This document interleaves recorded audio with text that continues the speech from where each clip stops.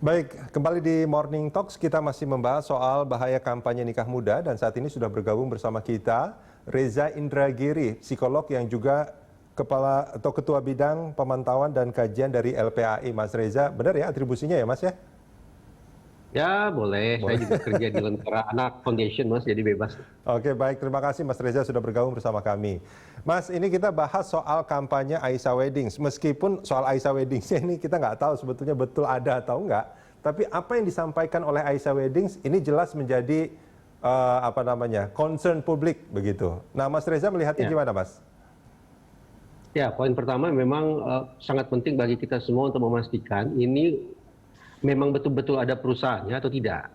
Karena saya khawatir ya hari ini Mas, buzzer di mana-mana, hoax di mana-mana, jadi kita tetap perlu waspada kehadiran suatu sosok termasuk suatu sebutlah organisasi di website harus dipastikan ini Ya, betul-betul ada atau tidak. ya, Jadi tujuannya memang tujuan positif atau tujuan negatif, oke, itu soal lain. ya, Tapi terkait dengan pernikahan anak, saya pada dasarnya sepakat. Saya juga punya anak yang termuda usianya 6 tahun. Tidak mungkinlah saya akan mengizinkan siapapun untuk melamar anak saya pada usia 12 tahun, 13 tahun. Sebelum dia memasuki usia dewasa, pantang bagi dia untuk menikah.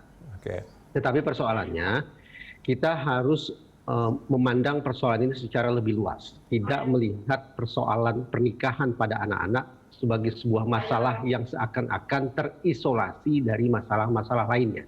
ya, Contoh, salah satu penyebab mengapa terjadi pernikahan anak adalah karena anak kandung hamil di luar nikah. Situasi atau kondisi hamil di luar nikah pasti didahului oleh adanya seks di luar nikah. Alhasil, sekali lagi, sah-sah saja kita melakukan kampanye untuk mencegah pernikahan pada anak-anak. Tetapi tampaknya ini justru merupakan hilir dari sebuah mata rantai masalah. Karena di titik hulu boleh jadi adalah masalah seks bebas.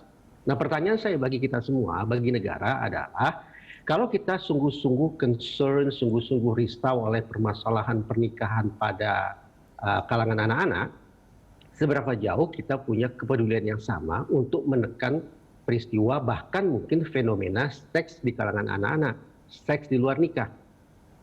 Saya memiliki sebuah data yaitu hasil survei, memang sudah cukup lama, surveinya tahun 2013.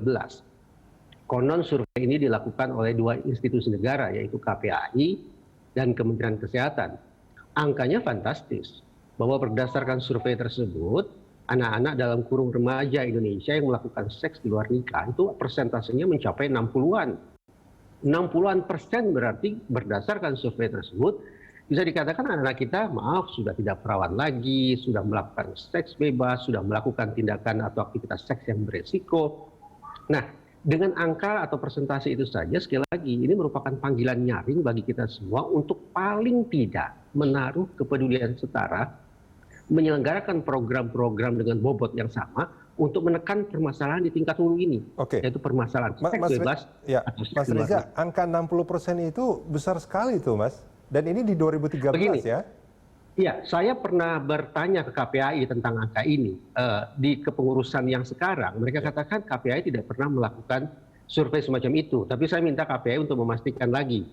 Karena survei itu dilakukan sekian tahun lalu, maka bisa dipastikan ini angka yang diperoleh oleh kepengurusan lalu. Ini survei, Itulah data yang ini survei nasional atau dilakukan hanya di kota tertentu?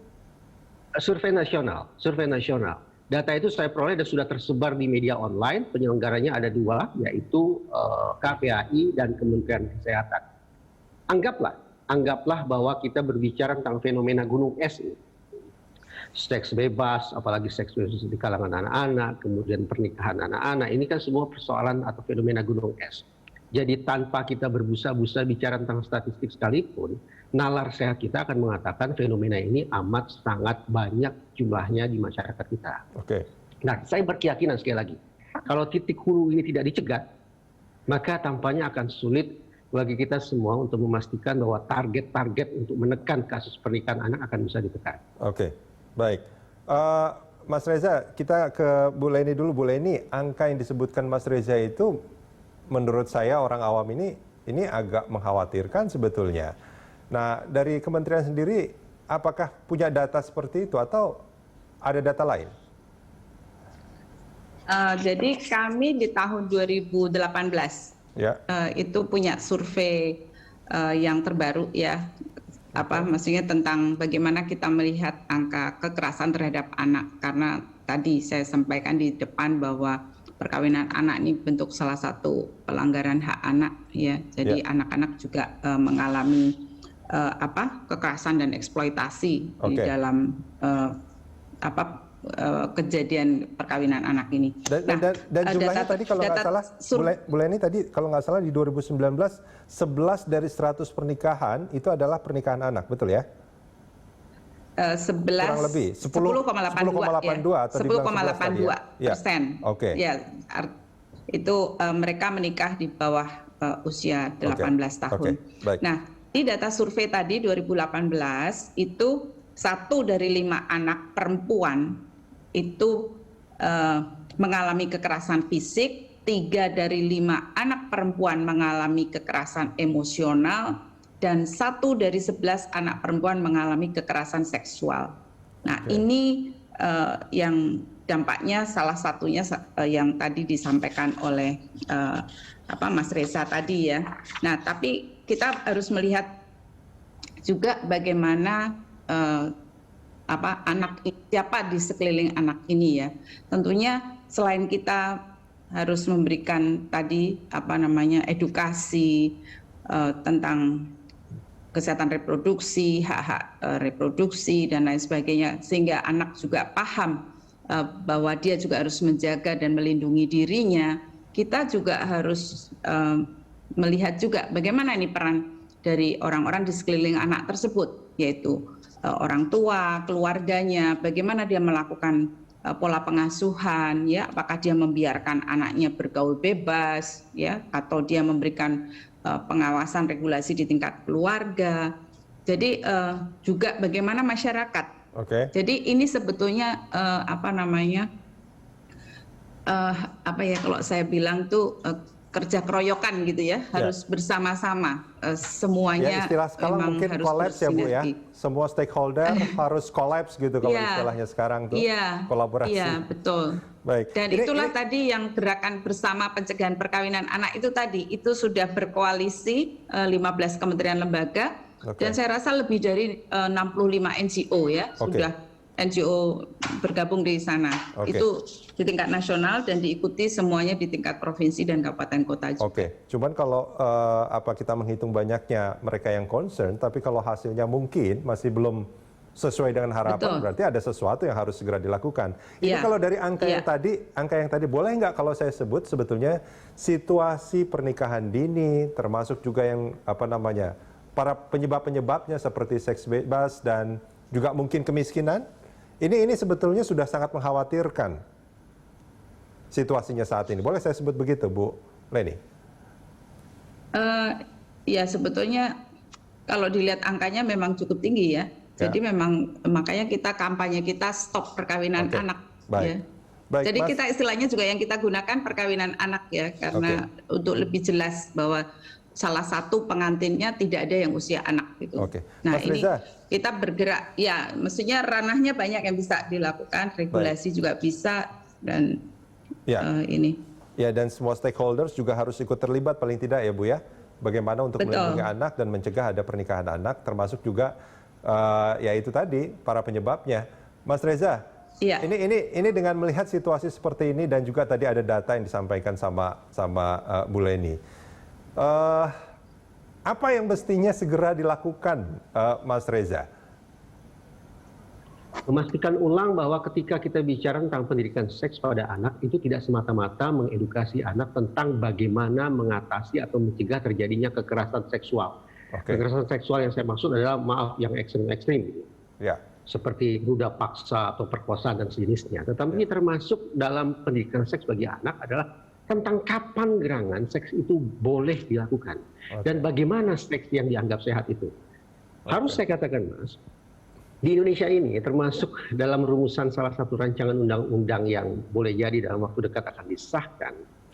Bicara tentang seksualitas itu prinsip pembedanya hanya satu, yaitu konsensual atau tidak konsensual. Mau sama mau atau berdasarkan paksaan. Ada anasir-anasir yang berusaha menginjeksikan keyakinan mereka bahwa seks yang legal, seks itu diperbolehkan sepanjang seks dilakukan berdasarkan mau sama mau. Oke. Sempita selalu terdengar bagus nih, Mas.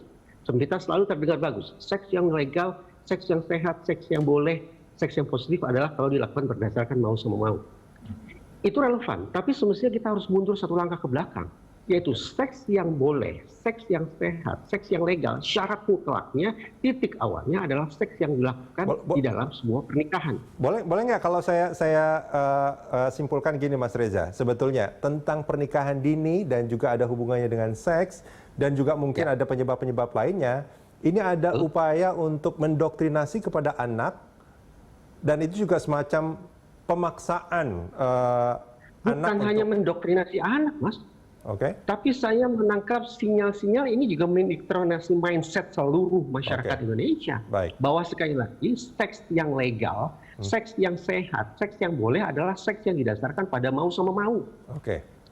Baik. Panjang tidak ada pasak di situ, maka sah-sah saja. Ini kan akan bisa menggelincirkan pemikiran anak-anak kita dan juga menyesatkan pikiran orang dewasa sehingga memberikan perlindungan bagi anak-anak dengan mindset yang keliru. Baik. Tidak mendorong mereka untuk kemudian mensakralkan lembaga perkawinan, tapi justru menganggap sepanjang tidak hamil, sepanjang tidak menularkan penyakit, sah-sah saja. Kesannya kan jadi seperti itu. Oke, baik. Mas Reza dan juga Bu Leni, ini karena waktunya sudah habis, sayang sekali sebetulnya masih banyak yang pengen kita tanyakan, tapi sayang sekali kita harus berpisah. Mas Reza dan juga Bu Leni, terima kasih banyak sudah berbagi bersama kami di pagi hari ini. Pemirsa Good Morning Jakarta masih akan kembali usai jeda.